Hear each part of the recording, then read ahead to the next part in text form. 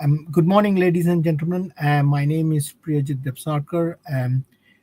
I'm joining here from London. We have a distinguished panel of speakers who, who are also joining from mainland Europe, from Belgium, Brussels.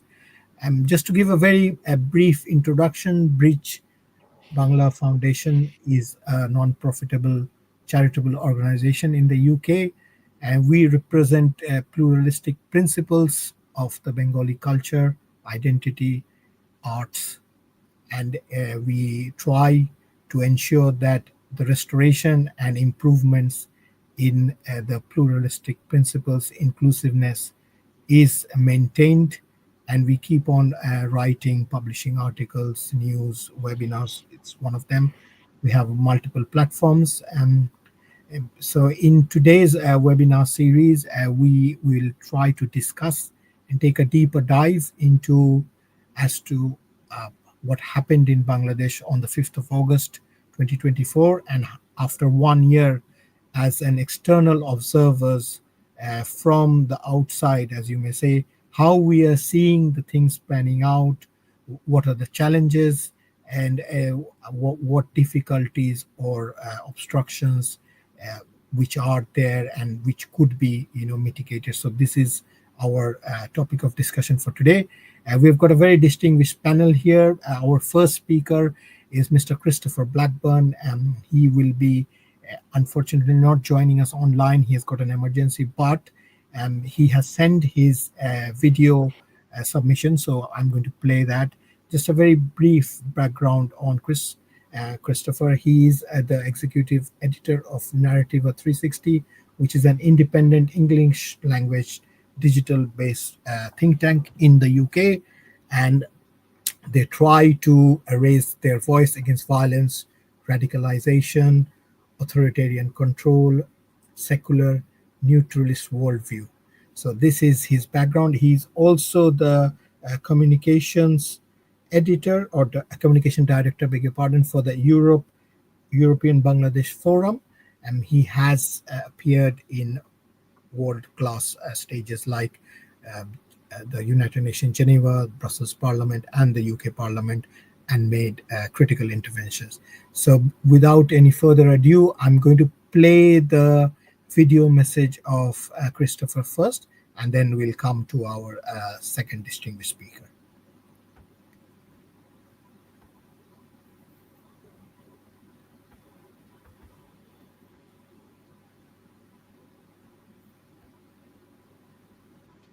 Ladies and gentlemen, I'm Chris Blackburn, the Communications Director of the European Bangladesh Forum and the founding editor of Narrativa 360. I'd like to thank Priyajit Debsarkar and Bridge Bangla 24 for arranging today's event. I'd also like to thank the other distinguished speakers for their contributions today. Bangladesh is facing chaos. For the last 15 to 16 years, Sheikh Hasina and the Awami League government provided a stable platform for Bangladesh to thrive. Sheikh Hasina won plaudits for her Sustainable Development Goals from the United Nations and others. She was seen as providing a stable environment. However, she was, and probably rightfully, criticised for democratic backsliding in Bangladesh. Bangladesh is a parliamentary democracy. However, we've seen, and not just under the Awami League, we've seen for the last 20 to 30 years, a democracy that doesn't put the Sangsad, the Bangladesh parliament, as sovereign and as supreme. Basically, what happened last year was a student uprising that called for democracy. However, what we've seen has been alarming. We've seen the rise of radical Islamists. We've also seen a rise of radical students, many who are supportive of what happened in China, where they had the Cultural Revolution. They want to reinvent the wheel in Bangladesh. They don't just want constitutional reform, they want to completely change and have a new constitution. They also want to create a new republic which is what we saw similar in France and other places after their revolutions. So rather than have a period of stability where they simply have fair and open elections in Bangladesh, we are seeing a complete erasure of history and a reinvention of history. The July declaration that happened a couple of weeks ago, we saw almost an immature declaration that totally rewrote Bangladesh's history. Yes, we do know that the Awami League should shoulder some of the blame of what happened, whether it be through forced disappearances or other things, or democratic rigging or anything else that took place. But the Awami League as a political force in Bangladesh has been about stability, human rights, and providing a platform where minorities can thrive and flourish in the country. This is why it has been so disappointing to see Muhammad Yunus, a Nobel Prize winner, has allowed extremists from the student movement to try to reinvent the wheel in Bangladesh. This has led to chaos, it's led to attacks on minorities, and it's led to a society that is becoming increasingly atomized. This has allowed extremists from all stripes and spots to come to the stage in Bangladesh. Sheikh Hasina, for many of her faults, knew that these extremist forces would want to turn Bangladesh back before 1971. They wanted to reinvent Bangladesh in the image of those extremists who never wanted Bangladesh to be a sovereign nation. This is why, a year later, we should all be concerned about the trajectory of Bangladesh. Yes, we do know that any country needs reforms and they should be constantly and eternally vigilant. But at what cost? I would like to see a Bangladesh that is completely inclusive, that does have a truth and reconciliation process. Jamaat-e-Islami is a party of war criminals. So where have they've been allowed to be rehabilitated? The Bangladesh Nationalist Party has been allowed to be rehabilitated. So why can't others? I would like to see a process going forward where Bangladesh is for everyone and elections are inclusive. However, as you know, in conclusion, that things aren't going well in Bangladesh. The veneer that Muhammad Yunus would come in and save the day and create an amazing society in Bangladesh hasn't been fulfilled. There are many problems in Bangladesh that he and his administration are simply spinning the facts to fit the narratives. Thank you for listening.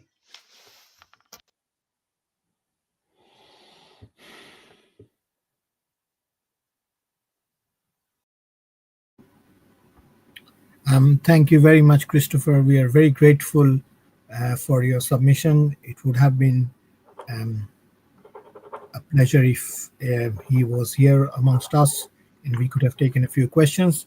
We would try to get him on another occasion. Ladies and gentlemen, I would now like to introduce our next distinguished speaker. He's joining us from Brussels, where I think it is already afternoon. So a very good afternoon to you, Paolo Casaca. He's joining from Brussels. He is the executive founder and director of the South Asia Democratic Forum, which is an independent think tank, and they are devoted to promoting equal rights, values, freedom of speech, especially in the South Asian context. And they have a very special interest in Bangladesh. And so I would lay the floor open to you, Paolo, for your opening remarks, your observation. How do you see Bangladesh going forward after this 1 year? Or are there significant concerns which you see are probably emerging after the first year from the July so-called revolution? Thank you, sir. Well, thank you. Thank you very much. Good morning, good afternoon, good evening, depending on where you are. Thank you very much, Professor Debsarkar, for your kind invitation, and thank you very much to Bridge Bangladesh.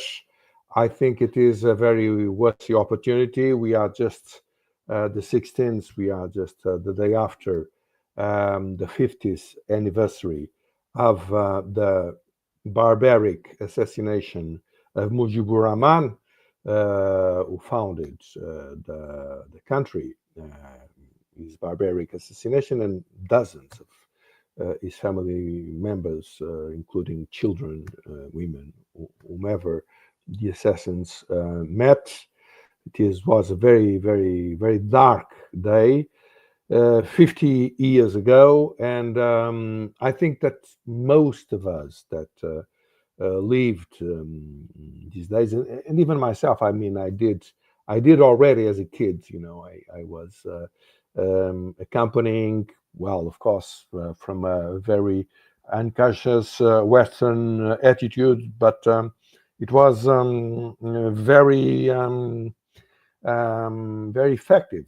The way that some of the rock stars, George Harrison was the most obvious one. Joan Baez, the songs of Joan Baez on Bangladesh were something that I was, were capturing my attention. And so this was something that we thought we would never see again. That this was a page that was turned, and things were obvious and clear as regards the right of Bangladesh to be an independent country. I mean, Bengali is one of the biggest languages in the world, most spoken. I mean, with a bigger history, with a lot of names, a lot of literature, and just the idea of removing it as a language is it's completely more than totalitarian. It's how can people think about it? But one was a bit admired. How was it possible 50 years ago? But it's happening again. That's the critical point. I would like to thank very much Chris for his assessment. I mean, I agree with most of what he said, and I think it's not necessary to go back to these points. But allow me to make some issues that for me are absolutely fundamental. Well, one of them, democracy.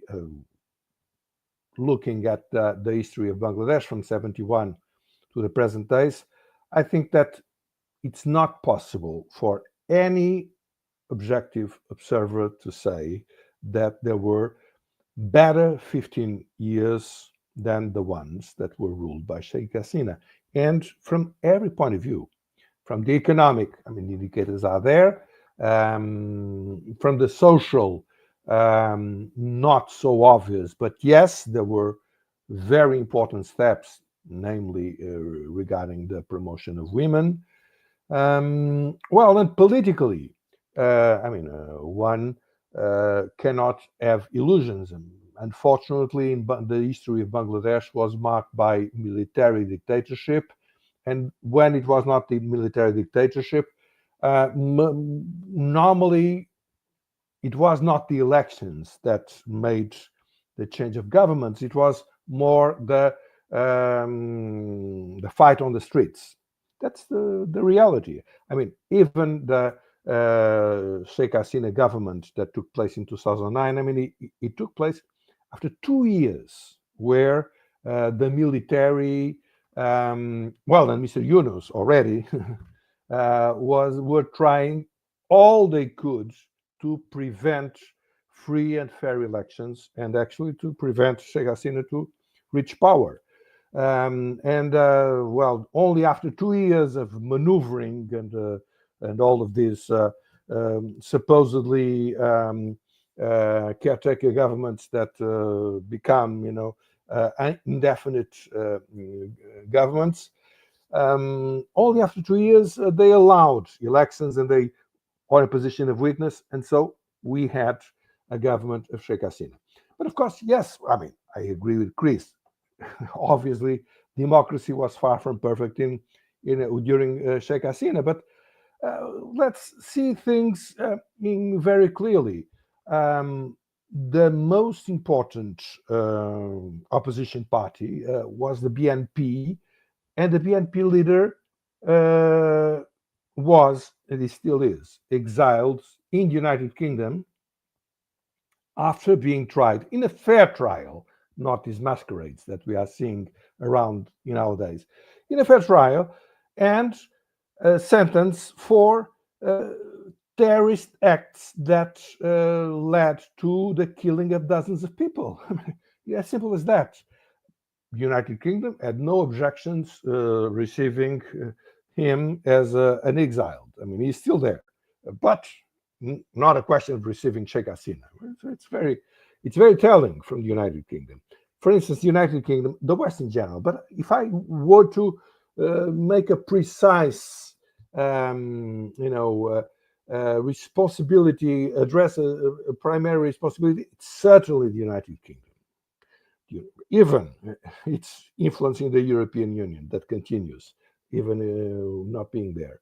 The United Kingdom, if it would have acted as it should, like not allowing this gentleman to be in the United Kingdom as an exiled, and therefore making the useful pressure, international pressure for the BNP to get to terms with civilized ways of contesting power.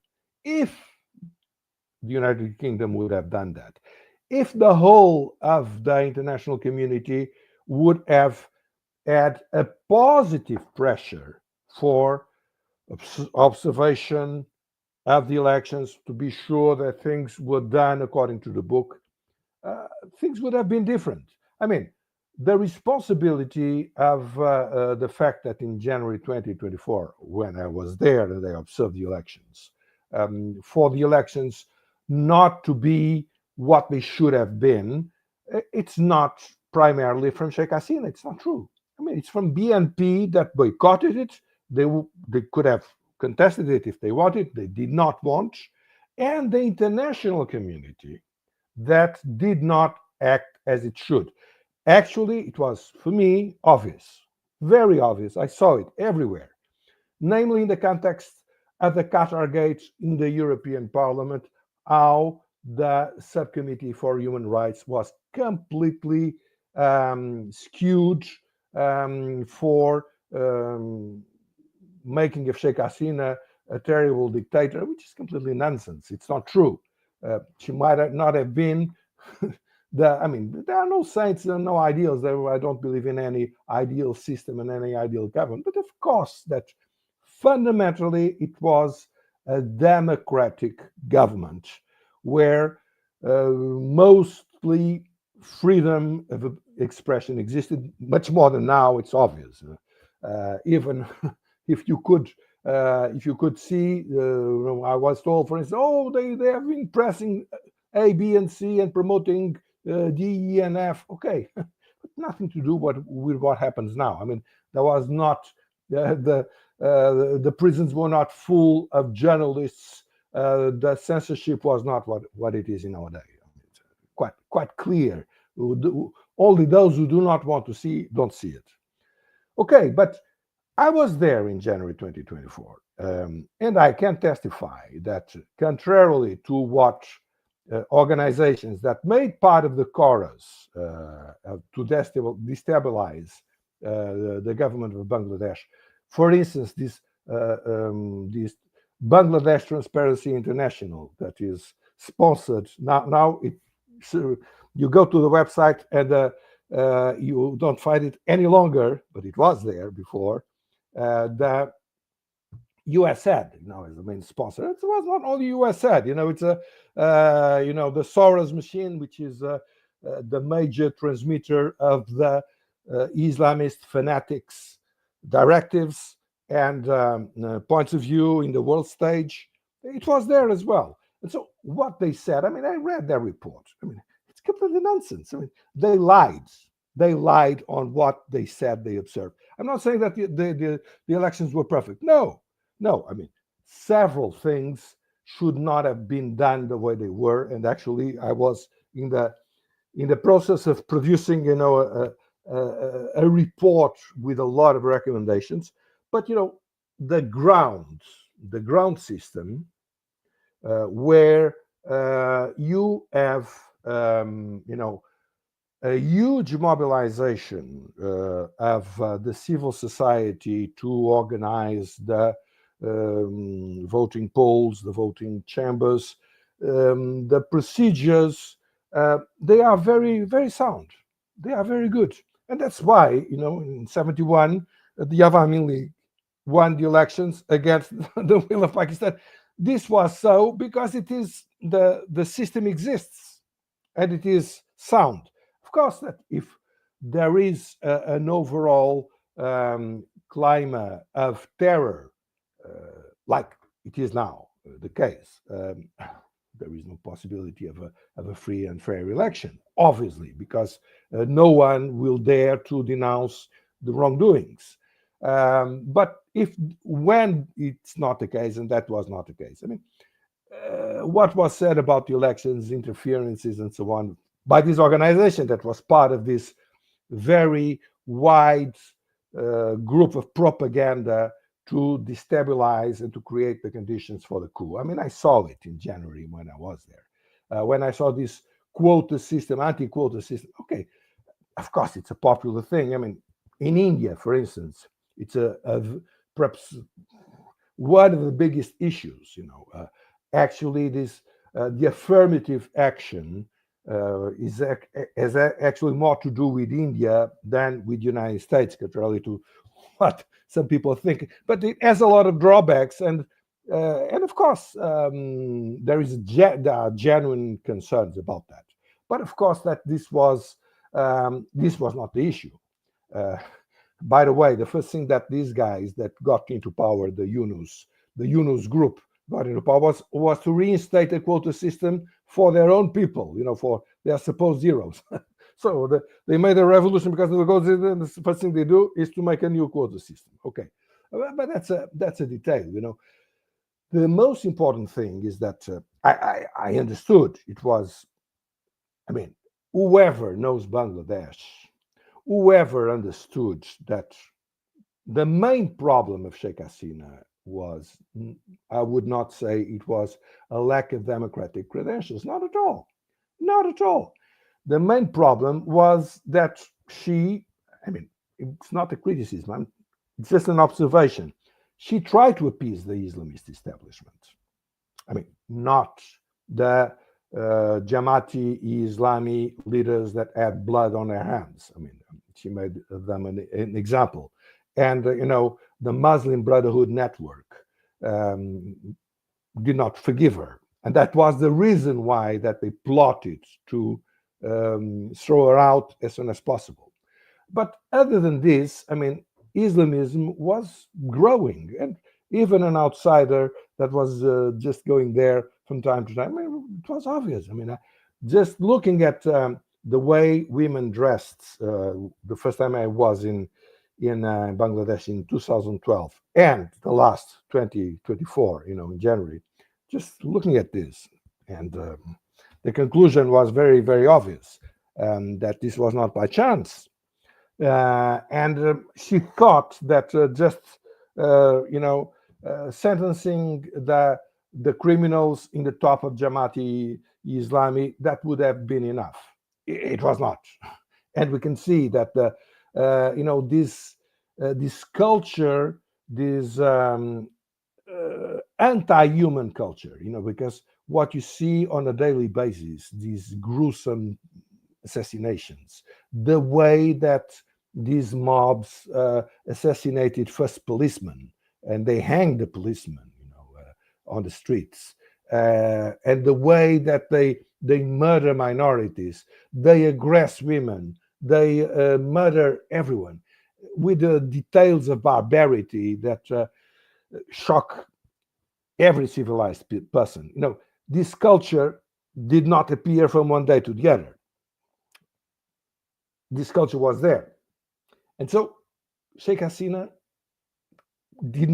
was not able, her authorities were not able to counter this culture. This is a fact. I mean, I'm not saying, it is easy to do otherwise. I actually I'm not sure how to do otherwise, but this is a fact, and this is more or less, it's the problems of Sheikh Hasina are more or less the opposites of what this international community is claiming.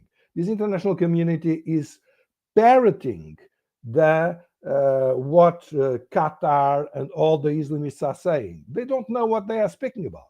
I mean, most of the times, I think these people should really delve into the population to understand what it is. I did, for me, apparently it has nothing to do, but it does have a lot to do. I really started to understand these things in Iraq. I actually wrote an autobiographic book on this, on getting lost in Iraq. I did get lost in Iraq in 2024, and I actually risked a lot my life. I suffered nothing. I mean, I was very lucky, I think. But the fact of getting lost and going to the places where nobody really goes allowed me to understand what the diplomats never understood. You have to be there. You have to speak with people. You have to you have to get the spirit to understand. And I think they don't understand. I mean, these people, the most important stumbling block, that is in face of Bangladesh is this international community, the United Nations. I mean, the responsible for human rights. I mean, the way he behaved is absolutely despicable. Making part of the UNO's propaganda. And besides that, what I think it's more important in this looking at Bangladesh, Chris already spoke about this July declaration, where it's a little, badly written. It's like an Orwell recreation, so Mr. Yunus decided to rewrite the history of Bangladesh like the Big Brother did, in Orwell romance in 1984. That's what it is. That's a complete reversal of the reality. This is quite a good symbol, but this is not the only one. I mean, this regime actually accused 500,000 people of murder. Incredible. By the most unbelievable procedures, like having collective, having someone that, sometimes even the deceased was not deceased. I mean, there was no victim. There was no crime. But sometimes there were victims, people that died. And so you have whomever, militant of the Jamaat-e-Islami or some other association like that says, okay, I make here a complaint about 1,000 people that they are responsible for the murder. Okay, and this goes for arresting people. The most prominent intellectuals of Bangladesh, like Shahryar Kabir, was put in jail through this procedure. They got, for instance, the ICT that was created to persecute the crimes of genocide. They reversed it upside down. I mean, the lawyers of the criminals were made prosecutors, and the criminals were made heroes, and the defendants were made criminals. I mean, they reversed the reality, like they did with the July Declaration, like they do every day. I mean, even the procedure of the Nobel Peace Prize. I really only recently I decided to go and to search for it, because I found it so amazing that someone capable of such crimes like the ones that have been developed day by day in Bangladesh received the Nobel Peace Prize. It was amazing. So I went to see the procedure, the original procedure of the Norwegian committee that nominated him and his bank. My profession used to be, I am an economist, and actually, the theory of money is really my specialty, and especially the history of money. Money, credit comes with money. I know what it is, and this nomination is done by people who do not have a single clue of what they are speaking about. Completely ignorant about how credit works all over the world. They thought they made it like you are a bank employee in a Western bank, and you think like that. Credit is you have some real estate, that you show, and we can have a credit on it, and we make a loan, and they thought was always like that, and it is like that all over the world. Completely erroneous. So this was already a fake nomination. That we are paying now the consequences, because of course this was his great credit to be the Nobel Peace Prize. So this is important for Bangladesh and for the whole of the world. Yes, because if it and I think possible, you're very right. Sorry to interrupt you, but I think what I get a sense from you and Christopher is that, of course, nobody is perfect, but at least what was happening in Bangladesh for the last 14, 15 years was they were on the right trajectory.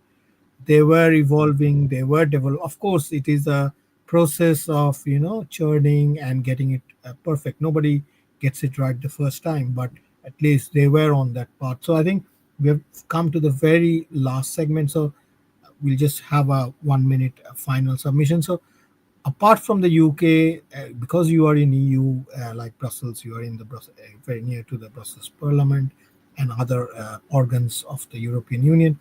What do you think we can do as a collective, measure where we can keep on raising awareness until this peril is over? So your final submissions, please.